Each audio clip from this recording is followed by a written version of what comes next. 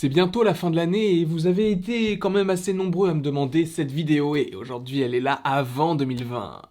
J'espère que vous êtes contents. J'espère pour vous que tout va pour le mieux et que vous êtes en train de passer de bonnes vacances ou si vous n'êtes pas en vacances, que vous arrivez quand même à prendre du bon temps au travail. Attention aux excès. Dans cette vidéo, nous allons tout simplement classer les 23 films du Marvel Cinematic Universe du moins bon au meilleur. C'est pourquoi je voulais commencer cette vidéo avec l'incroyable Hulk. Parce que ce film n'a pas été grandiose.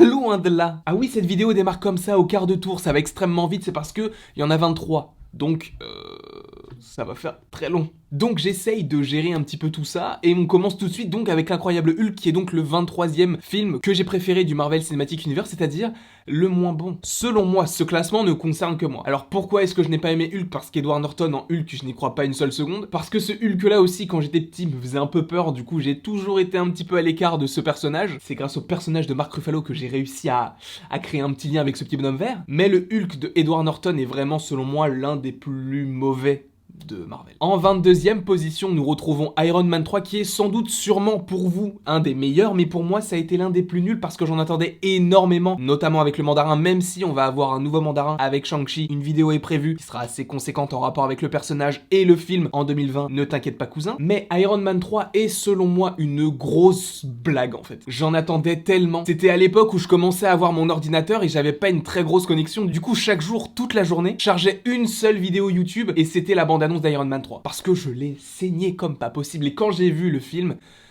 bah c'était la déception. Avec un mandarin qui au final est extrêmement nul, un Iron Patriot qui ne reste qu'un seul film, la dernière armure de War Machine peut nous faire penser que... on verra. On passe sur ce Iron Man qui est selon moi l'un des plus mauvais avec Thor 2, ou plutôt Thor The Dark World. Vous vous souvenez de mon accent anglais qui est toujours aussi présent, parce que, on peut le dire, je suis bilingue, je suis un niveau C1, et c'est vrai en plus je suis niveau C1 en anglais, on dirait pas comme ça, mais pourtant c'est le cas. Le seul bon point de ce film, c'est qu'il y a une pierre de l'infini, et qui est donc une pierre trop stylée en fait. La pierre de la réalité, je suis désolé, mais tu peux pas rivaliser avec celle-ci. C'est vrai qu'aussi, un des gros points de ce film, c'est Loki, parce qu'il est vraiment très drôle, et il est très important, et en fait, tu penses qu'il est mort, en fait, il est pas mort, même si en fait, à la fin, il meurt. Enfin, plutôt au début d'Avengers Infinity War. Dans Avengers Endgame, il va revenir, il va avoir sa série. Vous connaissez un petit peu l'histoire de ce petit bonhomme. Mais, Thor, le monde des ténèbres, j'ai envie d'y passer un petit peu plus de temps à parler de ça, parce que c'était vraiment un film où j'attendais beaucoup, parce que quand j'ai vu le premier Thor, j'étais totalement fan, je me suis dit,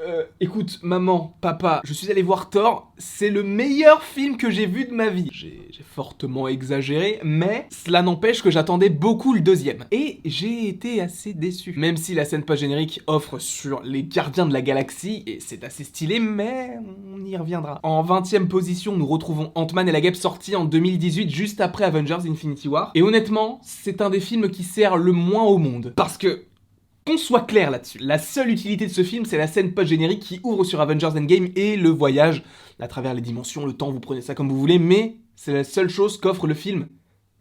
C'est tout. Le film, pour moi, n'est pas vraiment une déception parce que je n'ai pas été très fan du 1, donc pour le 2, je n'attendais absolument rien. Et en fait, bah vraiment, j'ai pas été déçu parce que, bah, c'est pas un film que j'attendais. Mais honnêtement, niveau utilité, pour l'instant, c'est zéro. Parce qu'en fait, tout le film se passe sur il faut retrouver Janet. Sauf que quand tu as Janet, tu ne sais même pas à quoi elle va servir. C'est ça le problème, en fait. On te dévoile qu'elle a acquéri des pouvoirs magiques, mystiques, grâce à la dimension dans laquelle elle était coincée depuis je ne sais pas combien de temps. Mais à quoi vont lui servir ces pouvoirs? C'est ce qui est dommage avec la franchise Ant-Man, c'est que c'est vraiment un film d'attente. Tu sais que quand tu es un vrai fan de Marvel et que t'attends les scènes post-génériques, eh bien, tu vas voir le film Ant-Man pour la scène post-générique et c'est ça qui est dommage. Après, en 19e position, on retrouve Captain America The First Avenger parce que, honnêtement, c'est l'un des plus mauvais. Cette période de la Seconde Guerre mondiale, personnellement, ne m'intéresse pas forcément. Même si c'est vrai qu'il faut explorer le passé de Captain America, c'est vrai que c'est le film qui m'a le moins plu, mais c'est pas non plus nul, c'est juste que c'est un des films qui m'a le moins plu. Un des points que j'ai beaucoup aimé dans le film, c'est le costume de Captain America qui est vraiment d'époque, et ça j'ai vraiment bien aimé, et j'aurais kiffé que ce costume-là soit utilisé dans Avengers, parce que le costume qu'il a dans Avengers, on dirait vraiment un Ken. Ensuite, en 18e position, on va finir avec la franchise Ant-Man, parce qu'il s'agit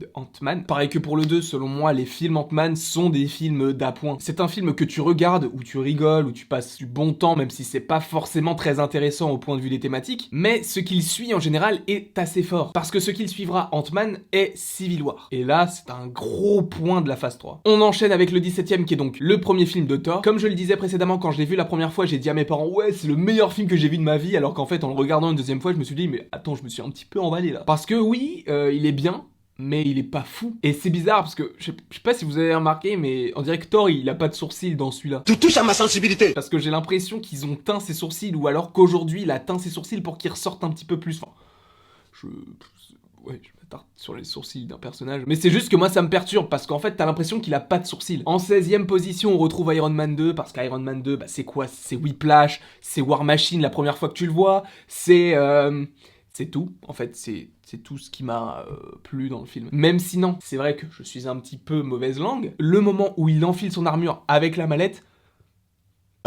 c'était génial. Donc Iron Man 2, selon moi, est bon, mais il y a des petits défauts. Ensuite, en 15ème position, on retourne à des films un petit peu plus récents, avec Captain Marvel. Parce que ce film est selon moi une énigme. Ce que j'aurais préféré par rapport au film Captain Marvel, c'est qu'on n'ait pas de film sur elle. Ou plutôt pas encore. En fait, j'aurais voulu que dans Ant-Man et la Guêpe, il y ait 2 scènes post-génériques. La première scène, donc, qui explique que le monde quantique va beaucoup être utilisé dans le film Endgame, mais j'aurais aimé une deuxième scène post-générique qui est en fait la deuxième scène post-générique de Captain Marvel, où tu découvres qu'elle revient sur Terre et qu'elle dit où est Fury. Là, ça aurait été beaucoup plus intelligent de l'introduire comme ça, parce que déjà, on savait qu'elle allait venir dès Avengers Infinity War, mais là, en plus, avec une scène post-générique avec les Avengers, et donc dans Ant-Man et la Guêpe, ça aurait été tellement plus stylé. Juste ça, et après, tu la vois pas de tout le film Endgame, et c'est à ce moment-là qu'elle détruit le vaisseau, comme il se passe dans Endgame, de Thanos. Et là, j'aurais beaucoup plus aimé que d'avoir un film sur l'origin story de Captain Marvel avant Endgame. Surtout qu'en fait, s'ils avaient suivi cette logique, elle aurait dû être beaucoup plus importante dans Endgame. Pourquoi est-ce qu'ils ne l'ont pas utilisé? Enfin, c'est...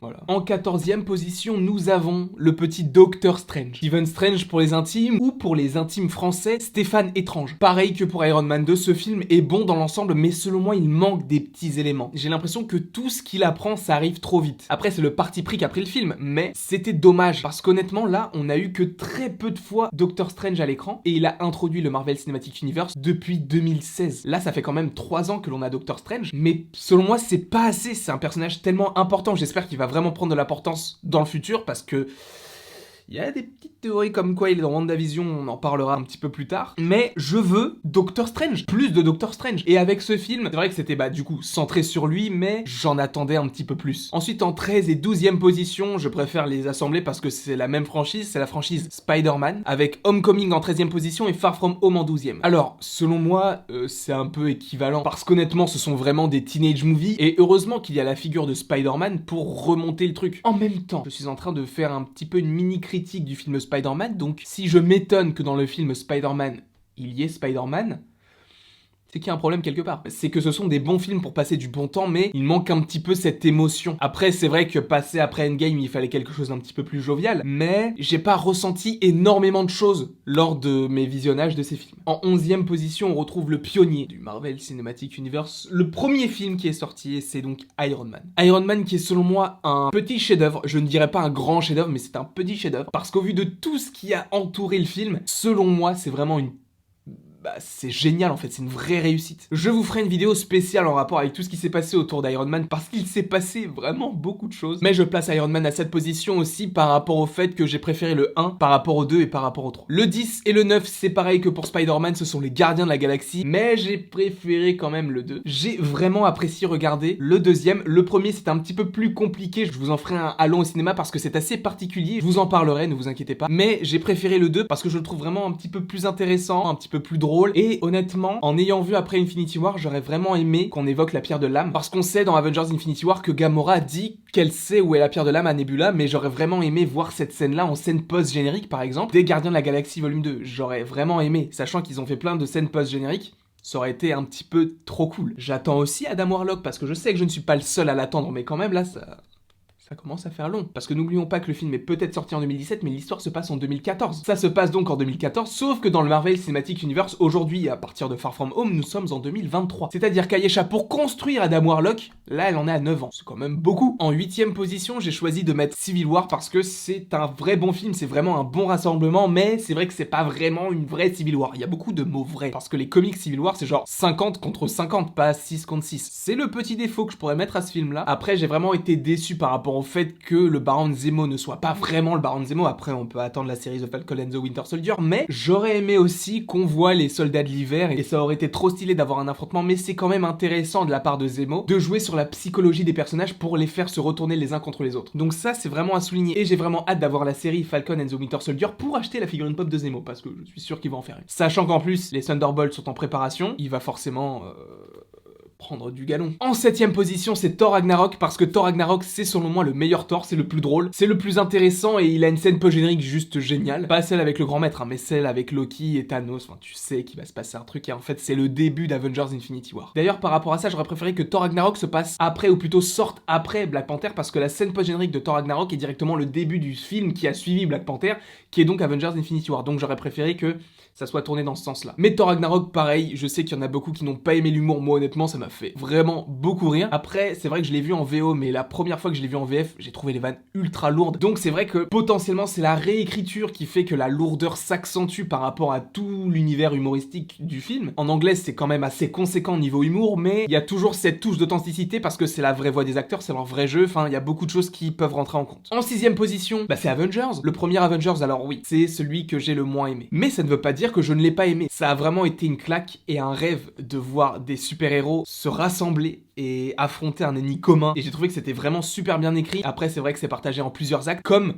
Avengers Endgame, j'en parlerai plus précisément. Et voir Iron Man, Captain America, Hulk, Thor, sachant que mon père m'en parlait depuis je ne sais pas combien de temps, il me disait ouais, tu sais, moi, mon Marvel préféré c'est Thor, alors que le film n'était même pas encore annoncé, j'étais vraiment un tout petit bébé. Et voir les 6 là, comme ça, c'était énorme. Donc un vrai bon souvenir de ce film. En 5ème position, j'ai choisi de mettre Avengers Endgame. Oui, je ne l'ai mis qu'en 5ème position, il est quand même dans mon top 5 et vous allez me dire ouais mais attends, ça veut dire que t'as préféré Avengers l'ère d'Ultron à Avengers Endgame. Oui, mais c'est parce que je trouvais qu'Avengers Endgame c'était un petit peu trop fouillis, même si le film est génial, hein, je ne crache absolument pas dessus, j'ai fait une critique dessus, elle apparaîtra. Non, du coup c'est quand tu regardes la vidéo, du coup elle est inversée.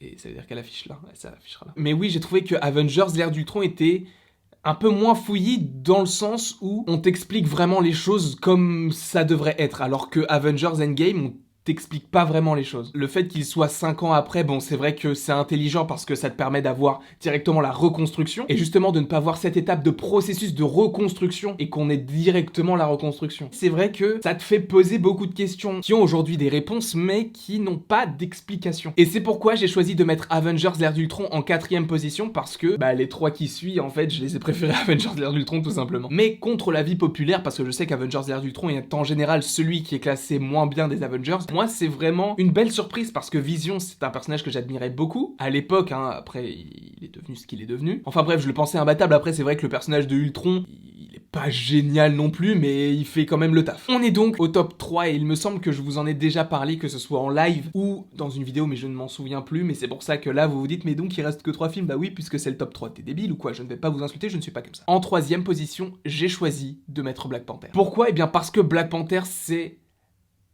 Comment je peux expliquer ça? Après, tout le monde ne peut pas s'identifier à ce personnage, mais moi je m'identifie parce que c'est le premier super-héros noir que j'ai vu dans ma vie. Parce que quand je lisais les encyclopédies Marvel que j'avais quand j'étais petit, Black Panther c'était le seul qui venait d'Afrique. Je m'identifiais totalement à lui. Et quand j'ai vu le film, je me suis dit, mais déjà, le personnage est trop stylé. L'esthétique, les images, les costumes, voilà, mais c'était une vraie claque ce film, c'est pour ça qu'il est dans mon top 3. C'est plus qu'une histoire d'histoire justement, c'est vraiment une histoire de passif, parce que c'est vraiment ma relation avec le personnage. Là, il ne nous reste que 2 films, il nous reste Le Soldat de l'Hiver et Avengers Infinity War. Et c'est pourquoi en 2ème position, j'ai choisi de mettre Avengers Infinity War. Je vous expliquerai pourquoi Le Soldat de l'Hiver est en premier, mais là je vous parle d'Avengers Infinity War parce que selon moi déjà c'est le meilleur des Avengers. Même si tu n'as pas forcément le film focalisé sur les 6 de base, ce qui est le cas pour Endgame, là tu explores un peu tout le monde et je kiffe ça. Après je ne vais pas vous refaire une critique d'Avengers Infinity War, mais vraiment ce film c'est une vraie merveille. Pour la construction, pour les moments magiques qu'il nous a procuré dans les salles de cinéma comme Thor au Wakanda ou le Stonekeeper, pour moi c'était... j'ai coupé le souffle quoi. Il manque un mot dans la phrase, j'ai coupé le souffle, il manque un truc. Mais c'était extraordinaire déjà, la séance elle était magique, je pense que c'est une des séances que j'ai préféré faire dans ma vie. Génial, elle était vraiment géniale. Et donc, le meilleur film selon moi du Marvel Cinematic Universe par rapport aux 23 premiers films, parce que c'est possible que Black Widow me fasse changer la donne.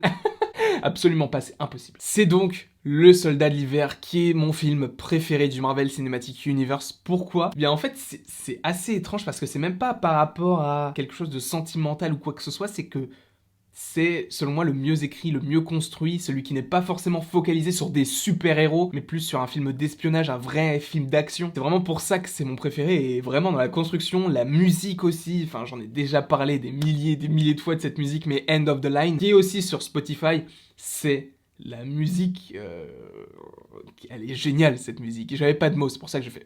Mais les musiques, les costumes, le jeu d'acteur, vraiment, c'était incroyable. En plus, la scène post-générique pour un film comme ça est assez folle, avec un Léviathan. Tu comprends que le Shield, en fait, ils sont pas vraiment morts. T'as Quicksilver, t'as Scarlet Witch, t'as le sceptre de Loki. Enfin, il y a trop d'éléments pour un si petit bonhomme comme moi. Enfin bref, je vais donc utiliser mon ordinateur pour vous récapituler mon top 23, avec donc en 23e position Hulk, en 22 Iron Man 3, 21 Thor The Dark World, 20 Ant-Man et la Guêpe, 19 Captain America The First Avenger, 18 Ant-Man, 17 Thor, 16 Iron Man 2, 15 Captain Marvel, 14 Doctor Strange, 13 Spider-Man Homecoming, 12 Spider-Man Far From Home, on a toujours le petit accent, 11 Iron Man, 10 Les Gardiens de la Galaxie volume 1, 9 Les Gardiens de la Galaxie volume 2, 8 Civil War, 7 Thor Ragnarok, 6 Avengers, 5 Avengers Endgame, 4 Avengers l'ère d'Ultron, 3 Black Panther, 2 Avengers Infinity War et premier Captain America et le Soldat de l'Hiver. N'hésitez pas à commenter votre top 23 des films du Marvel Cinematic Universe. N'hésitez pas non plus à aimer, à partager et à vous abonner, ça me ferait évidemment très plaisir. Et il ne me reste plus qu'à vous dire à la prochaine pour la prochaine.